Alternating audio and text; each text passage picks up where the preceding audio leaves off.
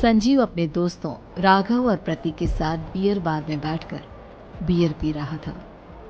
संजीव आज बहुत खुश लग रहा था। अरे यार, आज की पार्टी में तो मजा आ गया।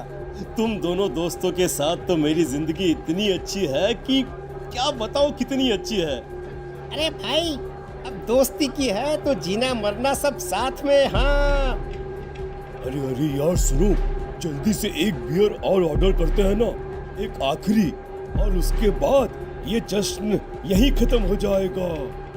अरे हाँ हाँ, क्यों नहीं। वेटर, जल्दी से 2 बियर की बोतल लेकर आओ। आज मेरे दोस्तों को जश्न मनाना है, क्यों? इतने में वहां पर एक बहुत सुंदर लड़की छोटे छोटे कपड़े पहनकर हाथ में बियर की बोतल लेकर उसके पास आती है। ये लीजिए, आपने बियर ऑर्डर की थी ना, मैं लेकर आ गई। क्या बात है यार, इस बार की वेटर तो बड़ी सुंदर है। अब बियर लेकर आई हो तो अपने हाथों से ही पिला दो ना। हाँ हाँ, क्यों नहीं, जैसा आप बोलोगे मैं वैसा ही करूँगी। क्या बात है यार, अब तो लगता है रोज यहीं आना पड़ेगा। उसके बाद वो लड़की उन तीनों को बियर सर्व कर देती है। पार्टी करने के बाद वो तीनों अपने अपने घर जाते हैं। प्रतीक संजीव और राघव को उनके घर छोड़कर जैसे ही अकेला अपनी कार में आकर बैठता है तो अचानक उसे एहसास होता है जैसे उसकी कार की पीछे वाली सीट पर कोई बैठा हुआ है। वो तुरंत पीछे मुड़कर देखता है। तुम यहाँ क्या कर रही हो? और तुम मेरी कार में कब आई? अरे तुम तो बार में वेटर थी ना। बस ऐसे ही मेरा दिल कर रहा था आपके साथ आपके घर चलने का, इसलिए मैं आपके साथ चली आई। अरे लेकिन तुम मेरी कार में आई कब? अभी कुछ देर पहले तो यहाँ पर मेरे दोस्त बैठे हुए थे। प्रतीक के इतना बोलते ही उस लड़के का चेहरा खतरनाक तरीके से बदल जाता है। उसकी आंखें पत्थर की तरह सफेद और पूरे शरीर पर नीली नीली नसें उभर आती है। गाड़ी चलाओ, पूरी स्पीड में चलाओ, और अगर तुमने गाड़ी रोकने की कोशिश भी की तो मुझसे बुरा कोई नहीं होगा। डर की वजह से प्रतीक के पसीने छूटने लगते हैं। उसका शरीर बुरी तरह से कांप रहा था। प्रतीक बिना कुछ सोचे समझे कार को फुल स्पीड से चलाना शुरू करता है।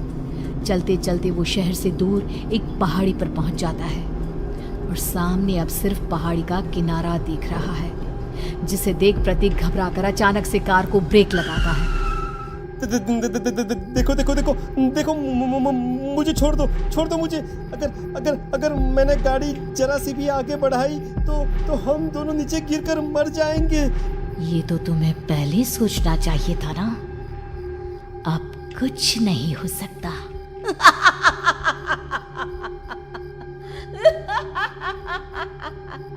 छोड़ दो मुझे। नहीं प्लीज मुझे छोड़ दो। प्लीज मुझे जाने दो। छोड़ दो मुझे। गाड़ी आगे बढ़ाओ। और तभी अचानक से बिना प्रतीक के स्टार्ट किए उनकी कार आगे बढ़ती है और गहरी खाई में गिर जाती है। उसके चीखने की आवाज़ चारों तरफ सुनाई देती है।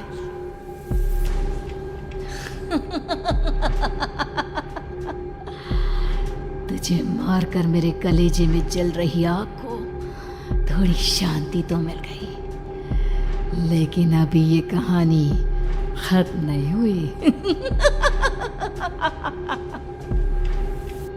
और फिर अगले दिन राघव और संजीव को पता चलता है कि प्रतीक की पहाड़ी से नीचे गिरकर मौत हो गई।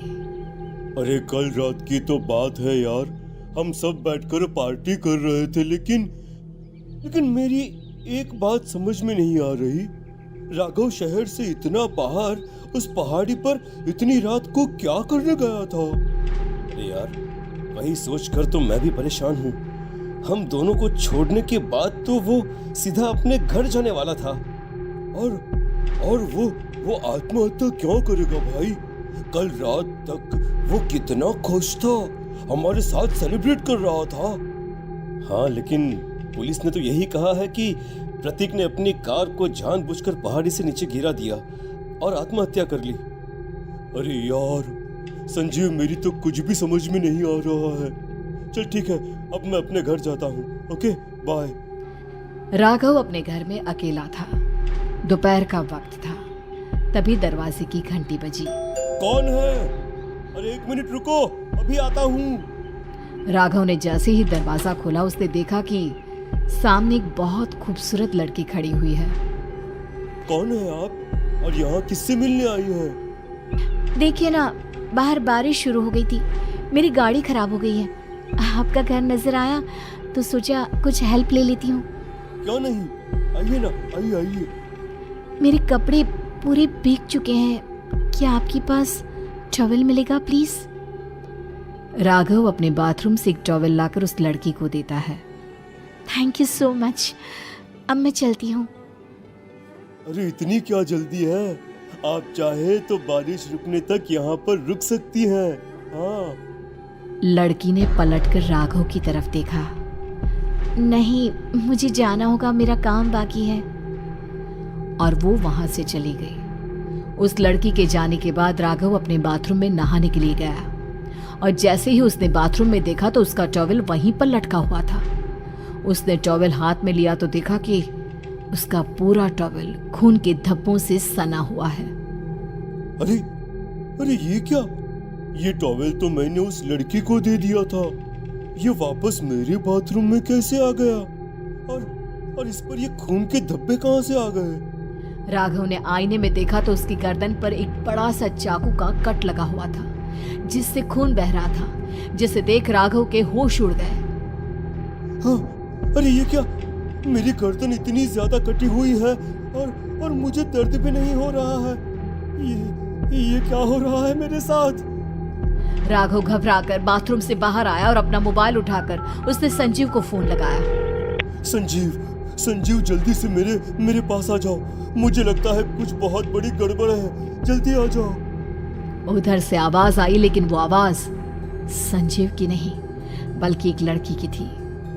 कुछ अजीब नहीं हुआ है, बस तुम्हारी मौत तुमसे मिलने आई थी और तुम्हें मारकर चली गई। अब तुम इस दुनिया का हिस्सा नहीं हो राघव, इसलिए तुम्हें अपनी गर्दन के कटने का दर्द भी महसूस नहीं हो रहा। नहीं, ऐसा नहीं हो सकता, ऐसा नहीं हो सकता। कौन हो तुम? तुम्हारी मौत। अब संजीव के पास खबर पहुंचती है कि राघव ने अपने ही घर में चाकू से गर्दन काटकर आत्महत्या कर ली। ये सुनने के बाद संजीव के होश उड़ गए। वो पसीने से तरबतर हो गया और एक अनजाना डर अब उसके दिल को सताने लगा। संजीव के साथ ही उसका एक छोटा भाई राजीव भी रहा करता था। अपने भाई को इस तरह परेशान देखकर राजीव उसके पास आया। अरे भैया, क्या हुआ भैया? आप इतने घबराए हुए क्यों लग रहे हैं? प्रतीक और राघव की मौत, मेरा मतलब मेरी कुछ समझ में नहीं आ रहा भाई। अचानक से मेरे दोनों दोस्तों ने आत्महत्या क्यों कर ली? अरे वो तो मेरी भी समझ में नहीं आ रहा है भैया। हाँ, हो सकता है कि कोई परेशानी होगी और इसीलिए उन्होंने ऐसा किया होगा। हाँ, लेकिन दोनों की जिंदगी में एक साथ परेशानी और दोनों का इतनी खतरनाक तरीके से आत्महत्या करना, कहीं ऐसा तो नहीं मैं भी मर जाऊंगा? अरे आप ऐसी बातें क्यों कर रहे हैं भैया? वैसे ही मैं इतना परेशान हूँ। जब से अंजलि ने मेरा साथ छोड़ा है तब से सब कुछ बहुत अजीब सा हो गया है। रोज रात को डरावने सपने आते हैं। ऐसा लगता है जैसे अंजलि बार बार मेरे सपनों में आकर मुझे डराने की कोशिश करती है। अंजलि का नाम सुनते ही संजीव की आंखें फट गई और उसके गले में आवाज अटक गई। उसके चेहरे पर घबराहट साफ नजर आ रही थी।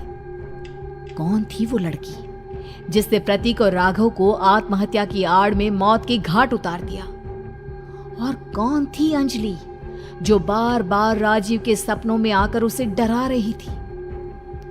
अंजलि का नाम सुनकर संजीव इतना घबरा क्यों गया?